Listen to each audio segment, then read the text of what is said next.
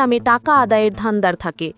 সেক্ষেত্রে জামায়াতের লোকেরা তুলনামূলকভাবে সততা বজায় রাখে, ফলে হিন্দুরা তাদের প্রতি আকৃষ্ট হচ্ছে।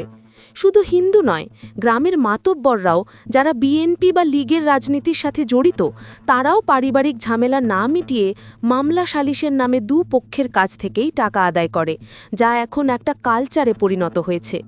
গ্রামের পাতি নেতাদের আয়ের অন্যতম উৎস এই সালিশ। জামায়াতের ক্ষেত্রে এমনটা খুব একটা দেখা যায় না। বিএনপি নেতা জসিম এনায়েত লিপু লিখেছেন, তিনি অনেক কট্টর বিএনপি কর্মীকেও জামায়াতের পক্ষে কথা বলতে শুনেছেন। এমনকি যারা একসময় আওয়ামী লীগ করতেন, তারাও এখন জামায়াতে ভোট দেওয়ার কথা বলছেন। তিনি নিজে হাসিনার কথায় প্রলুব্ধ হয়ে বিএনপি করার পরেও একবার আওয়ামী লীগকে ভোট দিয়েছেন, তবে এবার জামায়াতকে ভোট দেবেন। তার কাছে দেশ সবার আগে, তাই যারা দেশের ভালো করতে পারবে তাদেরকেই তিনি ভোট দিতে চান।